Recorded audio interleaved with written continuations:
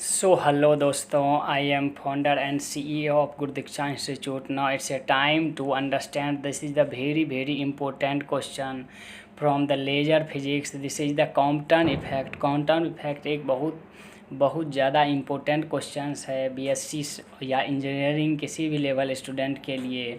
ये बताता है कॉम्पटन इफेक्ट की जब भी कोई लो एटॉमिक सब्सटेंस के ऊपर कोई इंसिडेंट फोटोन को हम हाई लेवल फोटोन को इंसिडेंट कराते हैं तो उसकी जो वेवलेंथ होती है बढ़ जाती है, मीन्स फ्रीक्वेंसी घट जाती है और वेवलेंथ बढ़ जाती है। क्योंकि हमको पता है V = C/λ होता है, मीन्स लेमडा का वैल्यू यदि बढ़ेगा तो ये वेवलेंथ का वैल्यू घटेगा, because both are inversely proportional. तो ये किस प्रकार से होता है, हम मान लेते हैं कि इसकी जो फ्रीक्वेंसी है वो लेमडा है और इसकी जो फ्रीक्वेंसी है लेमडा डैश है, मीन्स कि इंसिडेंट फोटोन की फ्रीक्वेंसी लेमडा है और स्कैटर्ड फोटोन जो कि स्कैटर्ड होकर के गया है, मीन्स कि किसी लो सब्सटेंस के ऊपर स्कैटर्ड होकर के गया है, उसका फ्रीक्वेंसी लेमडा डैश है। लेमडा डैश और लेमडा के डिफरेंस को हम कॉम्पटन इफेक्ट बोलते हैं। चलिए इसको समझते हैं एज ए डेफिनेशन कैसे हमको लिखना है जिससे कि हमको एग्ज़ाम में पूरा मार्क मिल सके। कॉम्पटन इफेक्ट क्या है? When high frequency radiation are scattered by the electron of the scatter, the frequency of the scatter wave is smaller than the frequency of the instant radiation, this phenomena is called Compton shift. मतलब जब भी हम कोई high frequency of radiation को insert कराते हैं किसी लो atomic number पर तो उसका जो फ्रीक्वेंसी होता है वो घट जाती है, मीन्स कि उसका वेवलेंथ बढ़ जाती है। मीन्स जब भी दोस्तों वेवलेंथ बढ़ेगी तो फ्रीक्वेंसी घटेगी, वेवलेंथ बढ़ेगी तो फ्रीक्वेंसी घटेगी। ये बार बार हम समझाने का कोशिश कर रहे हैं कि फ्रीक्वेंसी घटेगी, वेवलेंथ बढ़ेगी, वेवलेंथ बढ़ेगी तो फ्रीक्वेंसी घटेगी। ये दोनों यूनिवर्सली प्रोपोर्शनल होती है, मीन्स कि ये जो वेव है यहाँ से इस दोनों शिफ्ट के बीच और ये दोनों शिफ्ट के बीच, इस दोनों को बोलते हैं वेवलेंथ। इसका लेंथ बढ़ेगी तो इसकी फ्रीक्वेंसी जो अप डाउन की स्थिति है ये मिनिमम पे अप डाउन करेगी। तो ये स्कैटर्ड फोटोन है और ये इंसिडेंट फोटोन है। जब भी ये यहाँ से यहाँ पर स्कैटर होती है तो इसकी जो फ्रीक्वेंसी होती है वो घट जाती है, यानी कि स्मॉलर होती है इंसिडेंट फोटोन से, और इसी घटना को हम कॉम्पटन इफेक्ट बोलते हैं।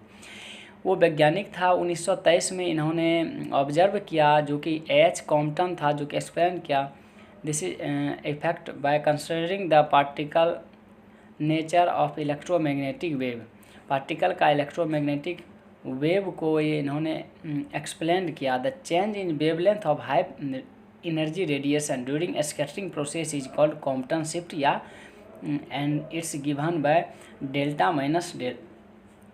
डैश माइनस डेल्टा, मीन्स कि ये delta dash minus delta is equal to H/m0c into 1 - cos theta.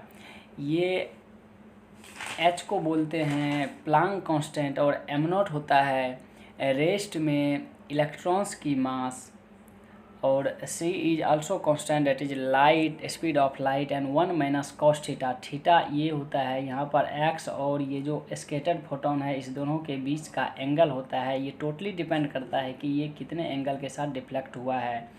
ये Compton effect that is H/m0c into 1 - cos theta. तो चलिए दोस्तों इसको हम प्रूफ करते हैं। प्रूफ करने से पहले कुछ बातें हैं जिसको कि हमें समझनी चाहिए। बिफोर जो है इलेक्ट्रॉन को वहाँ पर एडॉप्ट करने से पहले और होने के वो एब्जॉर्ब होने के बाद दोनों में क्या अंतर है उसको थोड़ा सा हम समझ लेते हैं कि जो कॉलिजन होंगे और कॉलिजन होने से पहले दोनों को एनर्जी ऑफ इंसिडेंट फोटोन, हमारे पास दो कंटेंट है, एक एनर्जी और एक फोटोन और एक energy. Photon energy of incident photon, electron और फोटोन है, सॉरी दोस्तों इलेक्ट्रॉन और फोटोन है दोनों। Energy of incident photon H new होते हैं और energy of scattered photon H new dash हम मान लेते हैं। Momentum of incident photons H new upon C होता है, जो कि एक्चुअली होना भी चाहिए। Momentum of scattered photon H new dash upon C होना चाहिए। Rest mass energy E = m0c² and energy of E M C square माने, जहाँ पर कि एम और एम नॉट के बीच में रिलेशन है M equal to M not upon 1 minus B square upon C square. This is the also important. Momentum of E means कि scatter होने से पहले जो इलेक्ट्रॉन की मोमेंटम है वो कुछ नहीं होगा, जीरो होगा। Momentum of recoiling electron E equal to M B means कि जो स्कैटर हो जाने के बाद जो ये लो सब्सटेंस वाले ऑब्जेक्ट के ऊपर जो फ्लो किया है, इससे जो इलेक्ट्रॉन जो निकल चुका होगा उसको बोलते हैं recoiling electron, that is equal to E that is equal to M C square. तो अब हम लगाते हैं यहाँ पर दो काम करेंगे। First law of conservation of energy निकालेंगे और बाद में अलोंग एक्स एक्सिस और अलोंग वाई एक्सिस दोनों के द्वारा हम मोमेंटम निकालेंगे इलेक्ट्रॉन और फोटोन का। तो पहले हम चलते हैं दोस्तों, using law of conservation of energy निकालते हैं क्या चीज़ का, फोटोन और इलेक्ट्रॉन का। फोटोन का जो एनर्जी होगा एच न्यू होगा प्लस इलेक्ट्रॉन का जो होगा एम नॉट सी स्क्वायर होगा, जो कि हम यहाँ लिखे भी थे, इज इक्वल टू होगा मने मीन्स कंजर्वेशन एनर्जी कहता है कि टक्कर से पहले और टक्कर के बाद का टोटल एनर्जी समान रहेगा। मीन्स कि कॉलिजन से पहले और कॉलिजन के बाद एनर्जी समान होता है, इसीलिए कॉलिजन के पहले कॉलिजन के बाद दोनों का एनर्जी समान हम लिख दिए। इस एच न्यू डैश को हम इधर ला लिए तो यहाँ, और एम नॉट को इधर रहने दिए, इधर ही रहने दिए एम सी स्क्वायर। दोनों में एच कॉमन था, एच को कॉमन ले लिए, यहाँ पर आया H into nu minus nu dash into plus M not C square उसका होल स्क्वायर। स्क्वायरिंग बहुत साइज किए दोनों पर वाला दोनों तरफ वर्क करने पर। अब दोनों तरफ हम स्क्वायरिंग बहुत साइज करते हैं तो ये हो गया ए, ये हो गया बी, ए प्लस बी का होल स्क्वायर, ए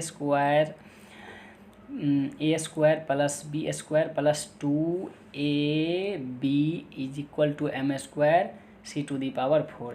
ये इजी है दोस्तों, यहाँ पर अब कैलकुलेशन पे ही इजी हो जाता है, थोड़ा लॉन्ग है लेकिन है आसान। एच स्क्वायर ये रहा मेरा, ये पहले वाला ही, उस दोनों को हम थोड़ा सा इक्वलाइज करके सिस्टम में ला दिए, ये इसको हम इक्वेशन 2 मान लिए। इस पर किसी प्रकार का दिक्कत नहीं होनी चाहिए दोस्तों, चूँकि यहाँ पर हम a माइनस बी का होल स्क्वायर फिर से किए होंगे तो ये हो गया होगा A square plus B square minus 2ab means की mu square plus mu dash square minus 2 mu dash into H के साथ सबको मल्टीप्लाई किए होंगे, ये M not square C to the power 4 plus 2h nu minus nu dash into M not C square equal to M square C to the power 4। ये हो गया equation 2, most important है ये इक्वेशन 2। अब हम क्या करेंगे, दोनों को एक्स एक्सिस और वाई एक्सिस के अलोंग जो है हम उसका कंजर्वेशन ऑफ मोमेंटम निकालेंगे। तो चलिए दोस्तों निकालते हैं। पहले applying law of conservation of momentum along x axis, x axis के अलोंग दोनों का law of conservation of momentum निकालते हैं। तो कॉलिजन से पहले जो है मोमेंटम था फोटॉन्स का H nu upon C plus, collision से पहले इलेक्ट्रॉन तो रेस्ट में था, उसका कोई मोमेंटम नहीं होगा, जीरो होगा, इज इक्वल टू कॉलिजन के बाद जो है फोटोन का मोमेंटम होगा H nu dash upon C into cos theta, because of ये डायरेक्शन के साथ चेंज करेंगे, H cos theta plus M v cos phi और कॉस थीटा दोनों को हम थोड़ा फिगर से समझ लेते हैं दोस्तों। यहाँ पर ये जो है थीटा एंगल के साथ मूव कर रहे हैं फोटॉन्स, और ये जो इलेक्ट्रॉन्स हैं ये फाई एंगल के साथ नीचे डाउन में, जो कि रिकॉलिंग इलेक्ट्रॉन हो गया, ये कर रहे हैं। ये दोनों कंपोनेंट बनेंगे, इधर बनेंगे साइन थीटा और इधर बनेंगे साइन फाई के तरफ ये, और साइन और कॉस दोनों जब कंपोनेंट हम बदलेंगे, एक्स एक्सिस के अलाउंग यहाँ पर कॉस थीटा बनेंगे और वाई एक्सिस के अलाउंग साइन थीटा बनेंगे। ये तो बेसिक चीज़ें हैं। अभी हम यहाँ पर दोनों तरफ, यहाँ तक हम समझ चुके थे दोस्तों, यहाँ पर अब दोनों तरफ हम सी से मल्टीप्लाई कर देंगे। सी से इसको जब मल्टीप्लाई करेंगे तो यहाँ से सी हट जाएंगे, नीचे से सी कट जाएंगे, बचेगा यहाँ पर H nu equal to H nu dash cos theta, C ख़त्म हो गया, प्लस इससे सी को मल्टीप्लाई हो गया एम भी सी कॉस फाई।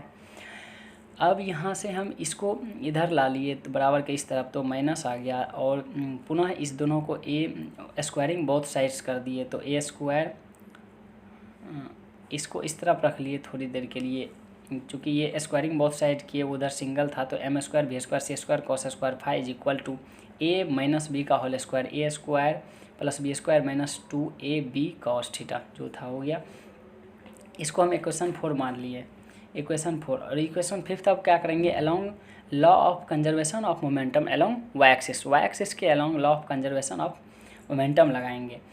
तो फोटोन का भी मोमेंटम वाई एक्सिस के along zero because of it is also move X axis along to. तो ये फोटोन का भी मोमेंटम जीरो और इलेक्ट्रॉन का भी momentum zero before collision. Collision के बाद ये फोटोन का मोमेंटम हो जाएगा एच न्यू डैश अपॉन सी साइन थीटा, चूँकि ये दोनों minus M v sine phi, because of ये साइन फाई उधर जाएंगे और ये इधर जाएंगे, ये अपोजिट डायरेक्शन में है, इसलिए हम यहाँ पर माइनस लेना पड़ा दोस्तों। यहाँ पर minus M v sine theta because of Y axis. अब हम इस माइनस को इधर ला लिए थे, एम भी सी और सी से मल्टीप्लाई भी कर दिए, both calculation in one time. M V C sine theta sine phi is equal to H nu dash sine theta. Squaring both side किए, दोनों तरफ स्क्वायरिंग किए, एम स्क्वायर भी square C square sine square phi is equal to H square mu not square sine square theta is equal to, इसको equation 5 मान लिया। अब equation 5 और इक्वेशन 4 और इक्वेशन 5 दोनों को ऐड करेंगे तो दोस्तों यहाँ एम स्क्वायर भी square C square sine square phi, यहाँ एम स्क्वायर भी square C square cos square phi, sine square phi cos square phi is equal to 1 और एम स्क्वायर भी स्क्वायर सी स्क्वायर कॉमन आ जाएंगे। अब इधर का जो इक्वेशन रहेंगे इस दोनों को हम सिंपली ऐड कर देंगे। तो दोनों को ऐड कर रहे हैं दोस्तों, अभी ध्यान से थोड़ा सा देखना। एम स्क्वायर भी square C square cos square phi plus M square भी square C square sine square phi, दोनों को ऐड कर दिया, LHS को LHS में equal to H square mu not square cos square phi H square mu not square sine square phi, because of दोनों sine square theta cos square theta, इस तरफ भी दोनों 1 हो जाएंगे, बचेगा हमारे पास कॉमन लेकर के H square mu not square mu dash square phi mu dash square, ये -2 H square mu not mu dash cos theta, ये रहेंगे। अब इसको थोड़ा सिंप्लीफाई करके वही जो sine square theta cos square theta 1 हो गया, यहाँ पर कुछ नहीं बचा, यहाँ पर भी H square mu square plus H square mu nought का square sine square cos square 1 -2 H square mu nought cos theta, ये हो गई हमारी इक्वेशन 6। अब क्या करेंगे, जो इक्वेशन 2 हमने ड्राइव किया था उसमें से 6 को घटा देंगे, मीन्स की एनर्जी जो टोटल निकला और उसमें से हम मोमेंटम जो निकला उसे हम एनर्जी को घटा देते हैं, एनर्जी में से मोमेंटम को घटा देते हैं, तो हमारे पास वो शिफ्ट निकल जाएंगे। तो इक्वेशन 2 जो मोस्ट इम्पोर्टेंट था हमारा यहाँ पर दोस्तों, इक्वेशन 2 ये वाली टोटल में से हम ये वाली टोटल को हम घटा देते हैं 6 को। तो पहले लिखते हैं दोस्तों यहाँ पर M square C to the power 4 equal to H square we square plus H square mu dash square -2 H square mu dash plus M not square C to the power 4 plus 2 H M not C square into mu minus mu dash, ये 2 equation हुआ। और 6 equation था M square C square we square C square is equal to H square mu not square plus H square mu dash square -2 H mu dash cos theta, यहाँ से H new square ख़त्म, H square nu dash square H square nu dash square दोनों ख़त्म हो गया दोस्तों। यहाँ पर से हम एम सी स्क्वायर, यहाँ भी एम सी स्क्वायर कॉमन ले लिए, यहाँ पर सी टू दी पावर 4 था, सी स्क्वायर बच गया माइनस भी स्क्वायर बच गया कॉमन लेकर के इज इक्वल टू, यहाँ पर हमको बच गया minus H square mu not square plus H square mu not 2 H square mu not, ये लिख लिए कोस थीटा वाला, और फिर ये लिख लिए, फिर ये लिख लिए। अब हम लोगों के पास बच गया है M square C square into C square minus B square is equal to minus H square mu not into 1 minus, यहाँ दोनों में से कॉमन ले लिए, ये सेम चीज़ें और ये सेम चीज़ें, यहाँ बच गया कॉस थीटा, तो ये सेम चीज़ें ले लिए, तो यहाँ बचा 1 माइनस यहाँ कॉस थीटा प्लस जो सेम एज इट इज लिख दिए यहाँ पर M not square C to the power 4 M not square C to the power 4 plus 2 H M not C square into mu minus mu not, इसको equation 7 मान लिए। जैसा कि हमको पता था वहाँ पर सारणी में हम देखे थे m equal to M not upon 1 minus we square C square, यानी कि एम नॉट और m के बीच जो रिलेशन होता है M not upon 1 minus we square upon C square, इसको हम क्या किए, स्क्वायरिंग बोथ साइड्स किए तो M square is equal to M not square upon 1 minus root खत्म हो गया वी स्क्वायर सी स्क्वायर। तो हमारे पास फाइनली एम स्क्वायर बराबर आया M square C square we square minus upon C square, यानी कि final C square M not square C square minus we square, ये आया M square equal to equation 8। अब हम इक्वेशन 8 को इक्वेशन 7 में डाल देते हैं, मीन्स कि यहाँ जो एम स्क्वायर हमको आया था यहाँ पर हम इक्वेशन 8 वाले एम स्क्वायर को, ये एम स्क्वायर का वैल्यू लगा देते हैं। तो ये लगने के बाद आ गया सी स्क्वायर एम नॉट का square upon C square we square, यहाँ पर सी स्क्वायर बचा हुआ है एक ठो C square minus we square, C square से सी स्क्वायर वी स्क्वायर से सी स्क्वायर वी स्क्वायर खत्म। अब हम लोगों के पास जो रेस्ट बचा हुआ है वो सबको हम लिख दिए as same as it is. अब यहाँ पर हम लोगों को क्या बच गया, M not square C to the power 4, M not square C to the power 4, ये दोनों ही ख़त्म हो गया, इधर कुछ नहीं बच गया 0। फिर हम सेम एज इट इज लिख दिए। अब माइनस में यहाँ minus 2h square nu dash into 1 minus cos theta, इस सबको इस तरफ ला लिए is equal to 2h M not C square into nu minus nu dash, 2 से 2 खत्म हो गया, h स्क्वायर इधर 2h है इधर 1h है, ख़त्म हो गया। यहाँ पर 1h जो है अभी बचा हुआ है, nu dash into 1 minus cos theta इधर रह गया, इधर M not C square into nu minus nu dash.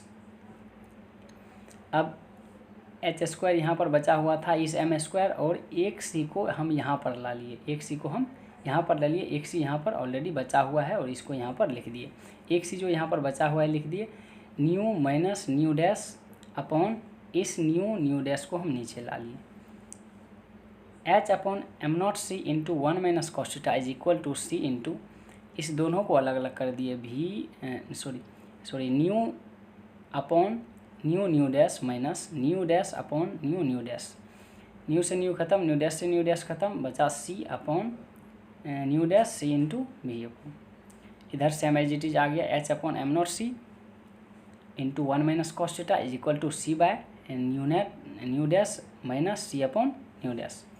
तो सी अपॉन न्यू डैश को बोलेंगे ये जो वेवलेंथ निकला था उसका स्कैटर्ड वेवलेंथ, और इसको बोलेंगे initial scattered wavelength minus initial wavelength is equal to Compton shift H upon M not C into 1 minus cos theta. दोस्तों यही हमको अभी प्रूफ करना था, थोड़ा लॉन्ग है लेकिन है बहुत इजी। यहाँ से दोस्तों ये हमको प्रूफ करना था, ये प्रूफ हो गया।